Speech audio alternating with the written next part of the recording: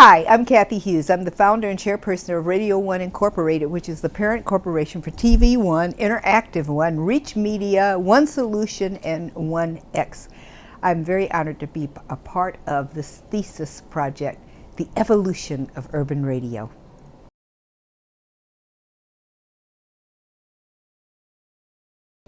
My staff chose it. I'm going to be very honest with you, Ryan. I didn't know what it meant. I was like, what's a Maven? And so when I looked it up, the definition was an expert, an authority on urban media. And so then I became very pleased, and I thank them for their good work. Right. And to be an expert in anything, that means you had to have a lot of experience. Oh, I don't know if that's necessarily true. I think there's some individuals who don't have a lot of experience who can become experts in technology, can be experts in other things. But yes, I've had a lot of experience. That's very diplomatic of you, Mr. Nelson. In the bathroom. In the bathroom. In public housing in Omaha, Nebraska, with a toothbrush as my microphone. And I would do news and commercials. No music. I had no way to play music, but it was my destiny to be in radio. I think that I was very blessed. Still thank God for the incredible opportunity to know as a child what I wanted to do professionally.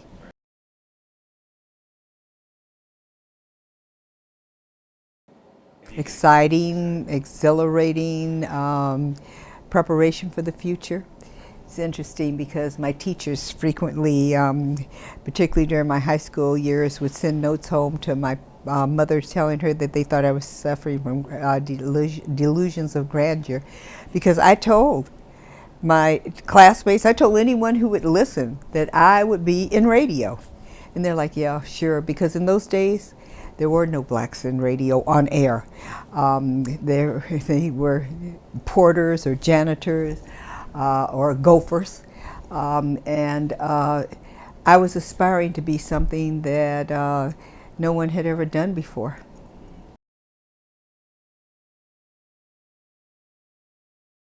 What were you doing at Howard? I was first the general sales manager for Howard University Radio, and then I became the vice president and general manager of the radio station, which interestingly enough I became the very first woman to manage a broadcasting facility in the #1 media market in the country, Washington, D.C.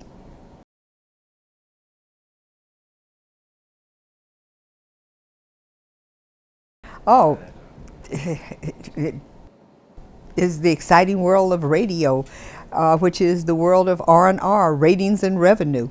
My day-to-day responsibilities were trying to attract listeners to the radio station and then take those listeners and translate them into revenue for the university.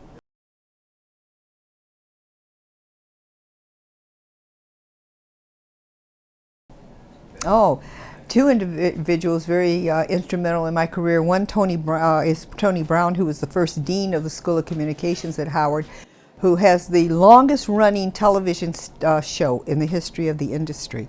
Tony Brown's Journal, 50 plus years on the air, uninterrupted. John Paul Simpkins, who was the executive, the administrator at Howard University in charge of the radio station. Tony Brown hired me to be a lecturer on the faculty of the School of Communications, but it was John Paul Simpkins who recommended to Dr. Cheek, the then president of Howard University, that I be allowed the opportunity to become the first woman station manager in this incredible media market.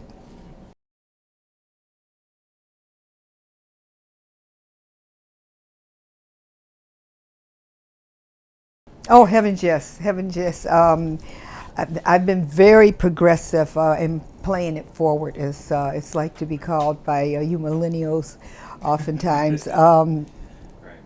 I was the first to ever put a openly gay air personality on the air in Washington, D.C. At one time, I had more women general managers in my company than all my competitors combined.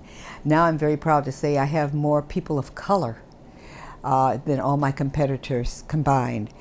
It's very interesting because women over the years, I don't know if other career opportunities have opened up, but we don't have the pool of available talent in the female gender as we do in male.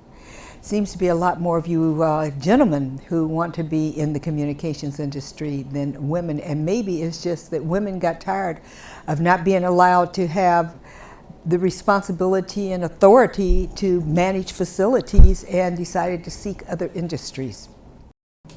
Getting comfortable with the fact that oftentimes I was the only woman in the room, particularly once I became an owner. I was the only woman in the room when I was the general sales manager sometimes, but there'd be a sprinkling of women at the sales level. When I became a woman general manager, I was the only one in the room, and then as an owner, the only one in the room. So the challenge is to find other women and try to empower them to be in that room with me.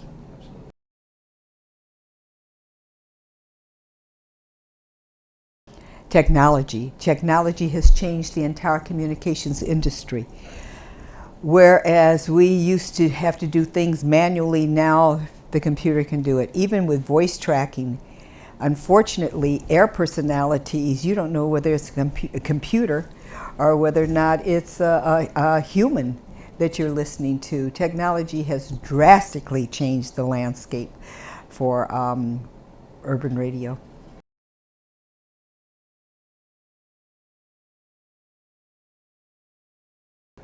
Oh, my favorite guest, Yes.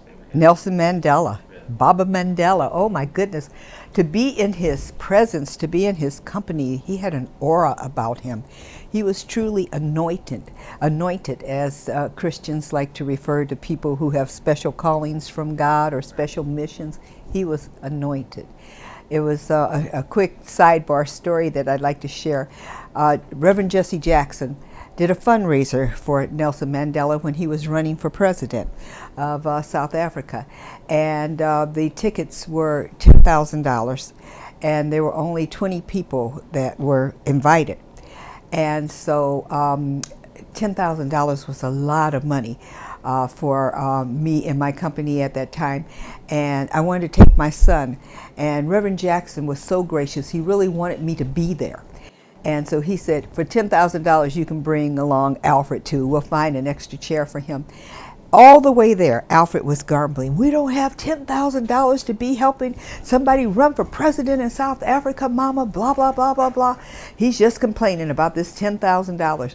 So we get there, and Reverend Jackson was so gracious. He seated me right next to Nelson Mandela, and he seated Alfred right next to Nelson Mandela. On the way home, Alfred was like, I'm really glad that dinner's over, Mama, because I was getting ready to give him all our radio stations. So that's the type of aura that Nelson Mandela had. Alfred went from complaining about a $10,000 contribution to giving him our whole company to help him become president of South Africa, the most remarkable human being. There were individuals in my lifetime that I wished that I could have interviewed. Mother Teresa was one. Mahatma Gandhi was one. But I think that Nelson Mandela kind of made up for all of those that I'd never had the opportunity to interview.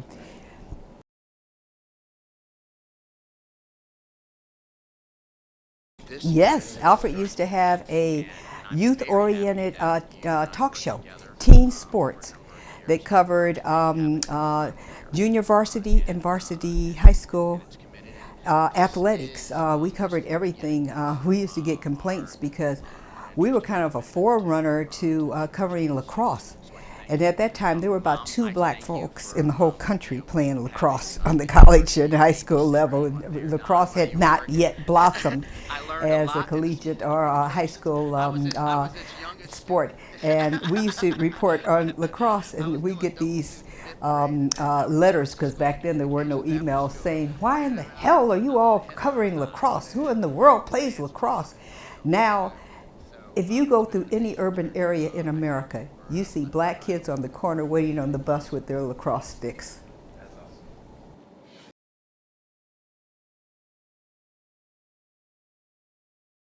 That's very controversial for me because we own the largest syndication company for black programming, for black content. To me, radio is like real estate. It's location, location, location. I really, really, really have a preference for local morning shows. However, with the expense of mounting a local show, I'd rather have a great morning show that's syndicated than to have a less than adequate morning show just because it's local. So I'm really torn, to be honest with you, because syndication has replaced a lot of air personalities. However, at the same time, it's brought a lot of quality and exposure. The president is not going to come on a local show unless that personality is in an area that the president is trying to deliver a message to.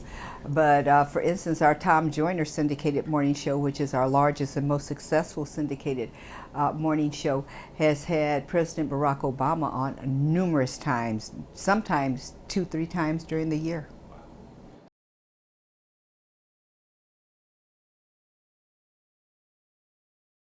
Revenue, talent. The highest paid positions in radio are the morning show. And so the talent that is available is at a high price point. Also, it takes a lot of people. One of the biggest expenses for a good morning show is the personnel that it takes to pull it off. You have to have schedulers, you've got to have researchers, you've got to have screeners, you've got to have talent, you've got to have the man or the woman on the street getting the opinions. So it's quite a costly venture. And that's the reason syndication became so popular, because you could get top of the line. I mean, Tom Joyner, through his syndicated show, has literally raised tens of millions of dollars for historically black colleges and universities. You can't do that on a local level. So it's 6 in one hand, half a dozen in another. It'd be great if local morning shows could do what a syndicated show could do, but it's cost prohibitive.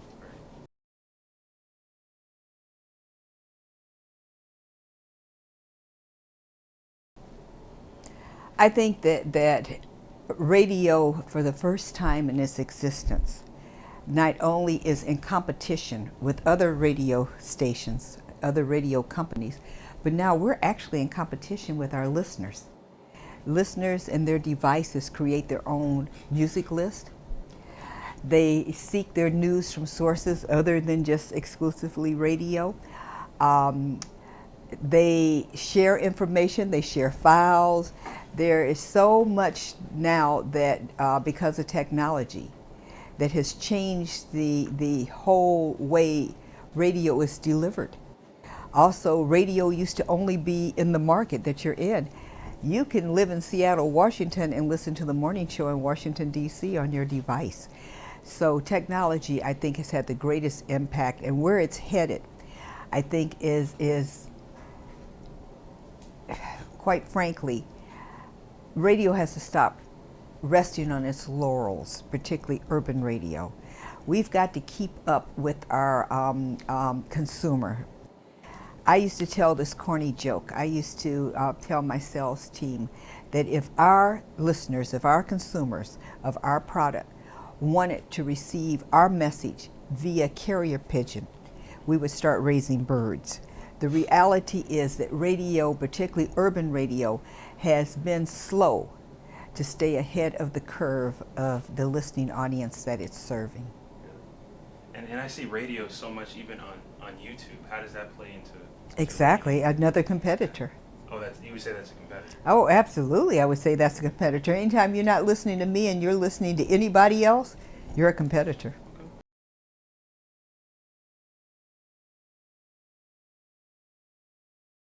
By staying connected to the community. I think that yesterday's election is a classic example. My assistant, who's very astute and very politically connected in terms of staying on top of what's going on, said something very interesting, which is instead of the parties now talking about how they're going to work together, the first conversation they need to have is with the people that they represent, because obviously they were not connected. Obviously the media was not connected. Everyone was like, oh, Hillary Clinton will win by a landslide. That map, how all the news stations had so much red on it, You were wondering, will you see any blue? Will this be an entirely Republican country based on the popular vote? They didn't stay connected. When you're not connected to the consumer of your product or your service, even if you're a political party, then guess what? You lose that consumer. And that's the same thing with radio. If you don't stay connected to the people in your city, if you don't stay connected to the issues, the desires, the needs of the audience that you're licensed to serve, well, guess what? They then don't listen to radio, or they don't listen to your station, or they program themselves. They go on YouTube, or they do a big topic that's rarely discussed in urban radio is pirate radio. There are radio stations on the air in certain genres that, particularly hip hop, that are not licensed by the Federal Communications Commission. Now, the FCC, the government kind of has played catch up, and they do these translator stations, they call them. All right, they're low powered, and one of the reasons for that was that so many individuals were doing their own radio stations. You find that a lot, particularly in rural America. You'll find some radio buff who will decide that he's just going to go on the air. A lot of it in Florida, where you're from. They have the stations out on boats right off the coast in international waters, and they're popular, and they're alternatives to licensed commercial traditional radio stations in America. And you don't hear a lot about pirate stations. There are thousands of them.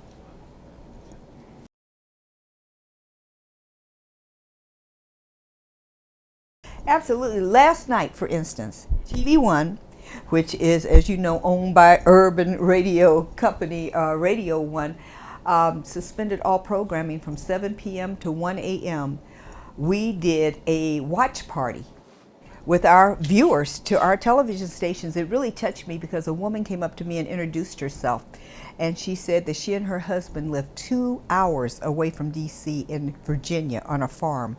And she said, when we learned about this watch party for the election, we drove 2 hours. Now she said, we can't stay till 1 a.m. because we've got 2 hours to drive back.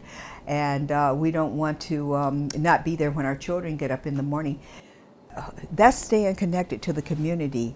For 6 hours last night, it didn't matter that the advertisers had spent money to advertise on an Unsung or a Ricky Smiley for Real or a For My Man, because what we gave them was election coverage. And I thought it was very important last night, not just to provide that coverage, but to allow the black leadership, all the way from Black Lives Matter to elected members of the House of Representatives, to discuss with each other and share with our viewing audience on TV1 and also on radio, okay, simulcasting, how they felt about what was happening.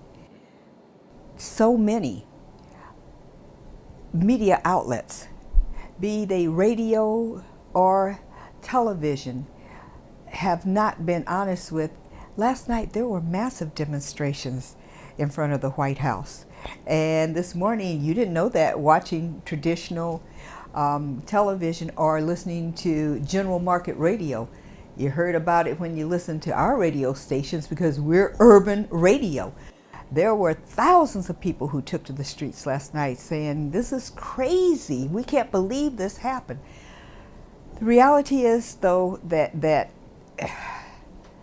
if media and these both political parties had stayed connected to the community, they would have had a better idea of how the populace really felt.